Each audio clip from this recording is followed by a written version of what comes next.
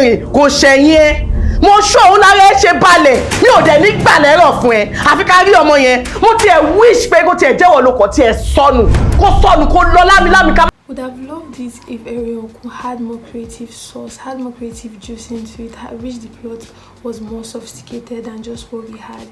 Guys, you're welcome back to my YouTube channel. Guys, know what I do on this channel. I give reviews on movies, any genre, any kind of movie, you can get it all on my channel. Okun, this 2025 Yoruba movie which is currently streaming on Yoruba TV. It's a movie about a couple, Adun and Ire. Apparently, Adun is the male and cheated on his wife Ire on their wedding anniversary day in their home on their matrimonial bed, and she caught them. So for Ire, he was quite surprised that his wife didn't give him the reaction he wanted. He wanted her to lash out, to cry, but she just acted like everything was normal. She smiled, she was like they should continue what they were doing, and then he was so scared because basically his conscience was pricking him at that time. So I'll say I enjoyed watching this movie, guys. To be honest, I loved the plot, although I felt like this movie was too long. 2 hours was a lot. Like I said, like we wanted also have more creative source, more creative juice. We would have had probably a lot of characters. Those times we're having this gate man having a conversation with the orange seller, you could tell that this movie I would say it was based more on sexual conversations, because the kind of conversation I was having with the orange man, it was obvious that the conversations was beyond just orange that she sells. I enjoyed Deji's acting. This apparently was Fola, the woman that was cheating on her boyfriend. She was cheating on her boyfriend Deji, and so I enjoyed how he carried his role. I love how firm and stern he was. When that lady came to his house and he was like, I don't like you, and like he kind of like talked down her, described things he didn't really want of her. I love how even the times when when they were looking for Fola and Fola's friend came and she was all insulting him, I totally knew we're going to come back, we're going to have a reference back to that incident of what happened.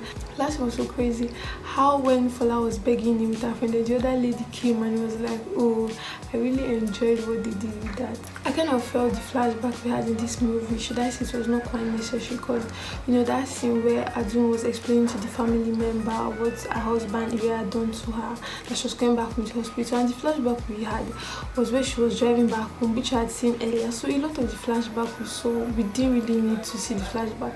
We would have just gotten a better flashback of, okay, this was what happened, rather than we seen what we've seen before, because she could have just said it without we having to go back to that particular flash. This movie had a bit of comedy when Ire was explaining to his family what he had done to Adun, his wife. It was something they could always say that he cheated on her, but rather he explained the whole situation. So they wanted us to laugh at that point, like it was supposed to be funny, that scene. One of the scenes I really enjoyed was when Adun came after she had told her husband and Fola that she would come back after she had left them, she finally came back to them.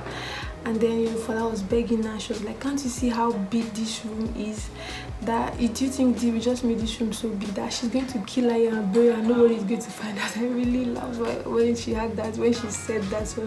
It was so funny. Like I said, guys, this movie was quite long. I wish they had more, added more creative scenes into it.